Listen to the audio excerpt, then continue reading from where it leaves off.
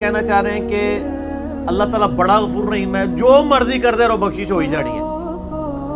تو سر اگر یہ کسی کا کانسیپٹ ہے نا تو اس کو قرآن کی الف بے نہیں پتا۔ ڈاکٹر اسرار صاحب رحمہ اللہ تعالیٰ میرے استاد ہیں، میں نے ان سے بہت کچھ سیکھا ہے۔ اللہ تعالیٰ ان کو نیک کاموں کا اجر دے اور ان کی برائیوں سے درگزر فرمائے۔ یعنی وہ بیان القرآن آپ سنیں نا تو لگتا ہے کہ یار قرآن جس طرح نازل ہوا ہے وہ اس طرح پریزنٹ ہو رہا ہے۔ جس نے قرآن نہیں پڑھا نا وہ تو یہی سمجھتا ہے کہ شاید اللہ تعالیٰ کو ایک بوڑھی نانی اماں ہے جس نے یہ لوگ پیدا کیے ہیں اور ایک شغل ملا گیم ہے، اینڈ پہ ساروں کو ہی چھوڑ دے گا۔ جناب اگر یہ معاملہ ہوتا تو انبیاء اور کتابیں آتی۔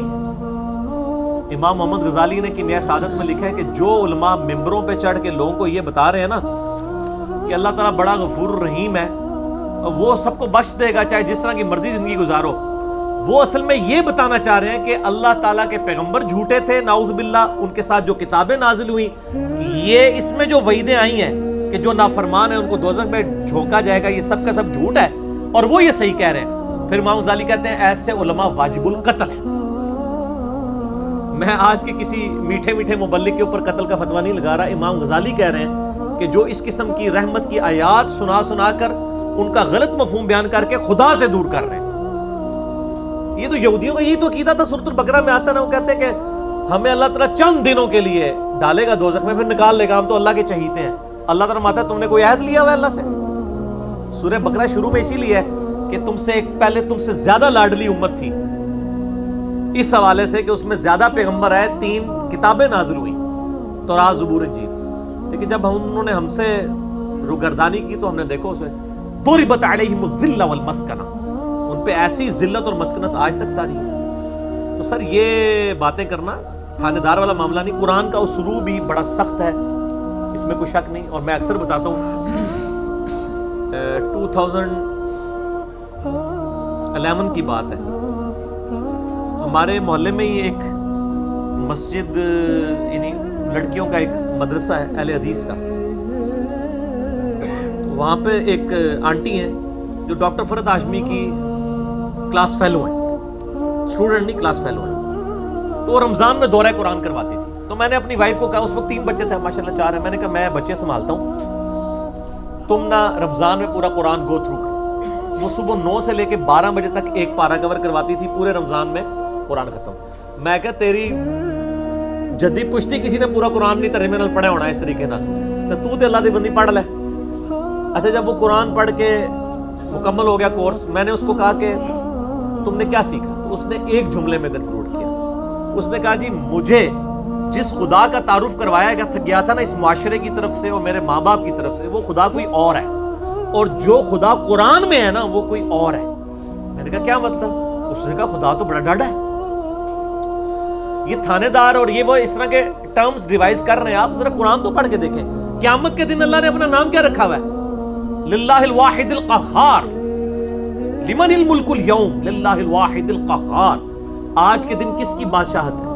اس اکیلے قہار کی جو سب پہ چھایا ہوا ہے۔ سورۃ المومن میں آتی ہے آیت، جسے سورہ غافر بھی کہتے ہیں۔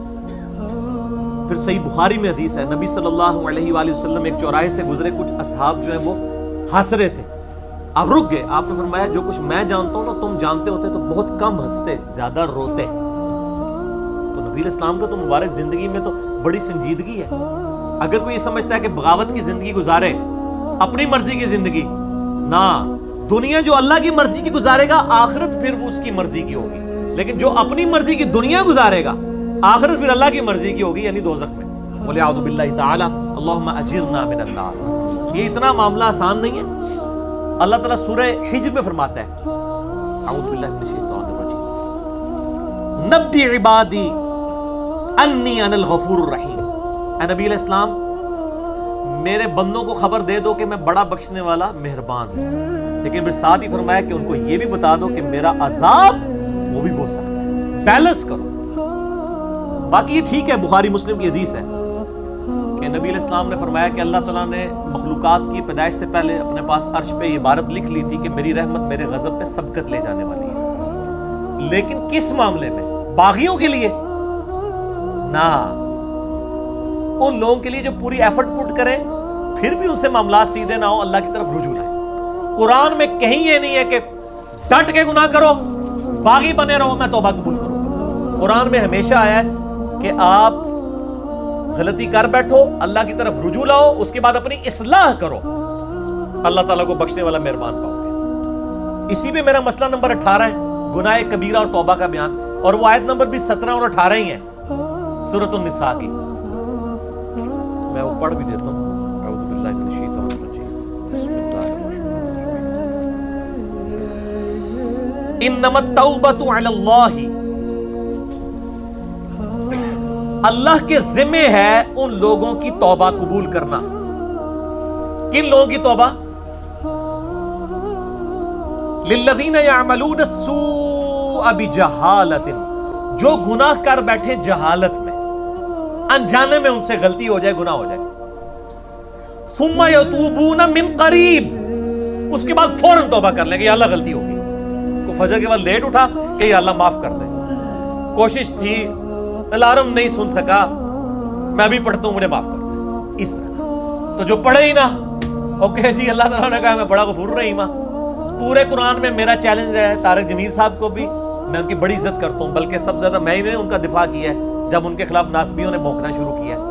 میں ان سے بڑی محبت کرتا ہوں، میں ایسٹ سمجھتا ہوں امت کے لیے. لیکن میں طارق جمیل صاحب سے پوچھتا ہوں پورے قرآن میں کہاں لکھا ہے کہ باغی رہو تو میں معاف کروں گا؟ قرآن تو کہہ رہا ہے اللہ کے ذمہ ان لوگوں کی توبہ کا قبول کرنا ہے جو جہالت میں گناہ کر بیٹھے. ثم یتوبون من قریب، اس کے بعد فوراً توبہ کر لیں. فاولئک یتوب اللہ علیہم، بس ایسوں کی توبہ ہے اللہ فرماتا ہے میرے ذمہ. وکان اللہ علیما حکیما، اور اللہ تعالیٰ علم والا اور حکمت والا ہے. علم ہے اس کے پاس لیکن اس کی حکمت ہے، ڈھیل دیتا ہے کہ چلو توبہ کر لیں گے. اور اگلی آیت وَلَيْسَتِ التَّوْبَةُ، اور اس کی تو کوئی توبہ قبول نہیں ہوگی. یہ میں نہیں کہہ رہا ہوں طارق جمیل صاحب، یہ اللہ کہہ رہا ہے. لِلَّذِينَ يَعْمَلُونَ السَّيِّئَاتِ، جو کہ گناہ کرتا ہے، حَتَّى إِذَا حَضَرَ أَحَدَهُمُ الْمَوْتِ، یہاں تک کہ جب اس کی موت کا وقت آ جاتا ہے، قَالَ إِنِّي تُبْتُ الْآن، وہ کہتا ہے یا اللہ میں اب توبہ کرتا ہوں.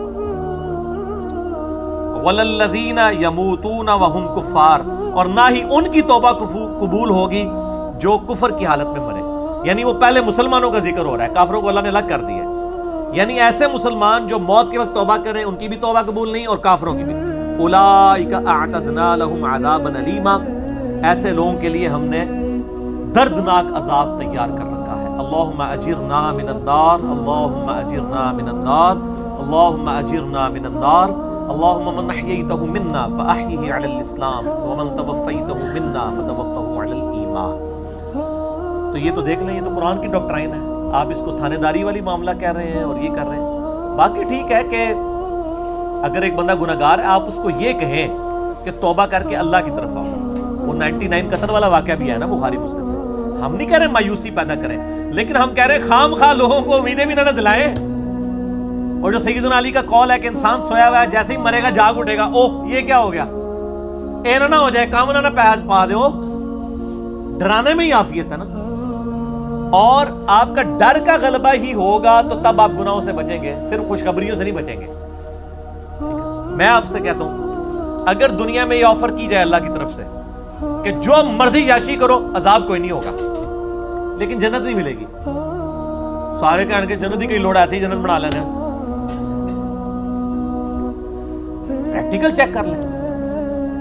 اور اس کے بدلے میں اگر یہ بات کی جائے کہ جی آپ دنیا میں اللہ کی تابع فرمان بن کے رہو، ادروائز آپ کو دوزخ میں جھونک دیا جائے گا، کوئی بچت نہیں ہوگی، تبھی لوگ اللہ کی طرف آئیں گے. آپ اگر یہ بھی لالچ لوگوں کو دیں کہ نیک عمل کرو گے تو جنت ملے گی، برے عمل کرو گے تو کچھ نہیں ہوگا، کوئی نہیں کرے گا جب تک آپ ڈر دیں.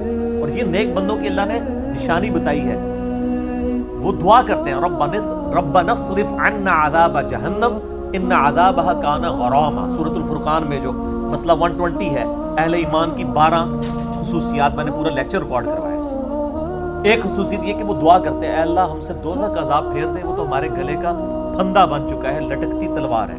اہل ایمان تو ہر وقت ڈرتے رہتے ہیں. اللہم اجرنی من النار کیوں وظیفہ تعلیم کیا گیا. جامعہ ترمذی میں حدیث ہے سیدنا عثمان جن کو 3 دفعہ جنت کی بشارت ملی ہے، جب قبرستان جاتے تھے اتنا روتے تھے کہ داڑھی آنسوؤں سے تر ہو جاتی تھی.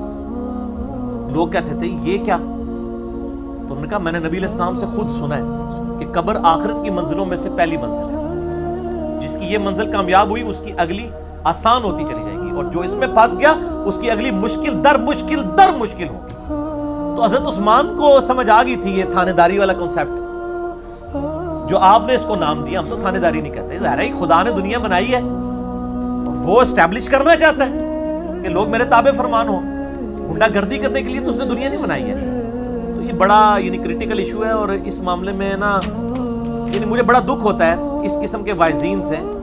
وہ اللہ تعالیٰ کی رحمت کی آڑ میں لوگوں کو اس طرف مائل کر دیتے ہیں کہ وہ الٹا جنہوں کہتے ہیں نا کہ وہ گاٹے فٹ ہونے لیے تعلیمات ہو جاتی ہیں. اس سے لوگ پھر نیگیٹو رزلٹ نکالتے ہیں. آپ بیلنس بیان کریں.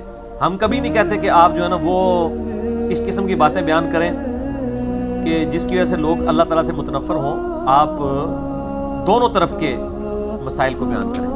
اسی قسم کی آیات جو ہے نا جی وہ یہ آگے سورۃ النحل کی آیت نمبر 119 ہے. ثم ان ربک للذین عملوا السوء بجہالۃ, پھر اس کے بعد تمہارا رب ان لوگوں کے بارے میں جو جہالت میں گناہ کر بیٹھے, جو لوگ ثم تابو اس کے بعد وہ توبہ کر لیں, من بعد ذالک گناہ کرنے کے بعد, وَأَصْلَحُوا اور اپنی اصلاح کر لیں, ان ربک من بعدہا لغفور الرحیم, بے شک اللہ تعالیٰ اس کے بعد ضرور غفور رحیم ہے. کس کے بعد؟ جو اللہ کی شرطیں پوری کرے گا. کیا شرط ہے؟ جہالت میں گناہ ہوا, پھر اس کے فوراً بعد توبہ کی اور اپنی اصلاح بھی کر لی. خالی چھڑی توبہ نہیں. یا ایھا الذین آمنوا توبوا الی اللہ توبۃ نصوحا, اے ایمان والو اللہ کی طرف ایسی توبہ کرو جیسا کہ توبہ کرنے کا حق ہے. اب یہ ڈاکٹرائن کلیئر ہوگی. جو توبہ کرے وہ اصلاح کرے, ان ربک بے شک تیرا رب, من بعدہا اس کے بعد لغفور رحیم ضرور بخشنے والا مہربان ہے. میرا چیلنج ہے, قرآن میں کہیں یہ نہیں ہے کہ آپ باغی ہو جائیں اسی طرح زندگی گزاریں. ترمذی میں روایت ہے کہ موت کے غرغرے سے پہلے توبہ قبول کریں, لیکن کس کو پتا ہے کہ کس وقت موت کا غرغرہ آ جائے گا. تو اس قسم کی باتوں سے ڈیسیو نہیں ہونا چاہیے. ایسے وائزین کی ان کو بھی سمجھانا چاہیے, اور میں ان سے یہ کہوں گا قرآن پڑھیں تو آپ کو پتہ چلے گا کہ آپ کی ڈاکٹرائن جو ہے وہ بالکل کتاب و سنت کے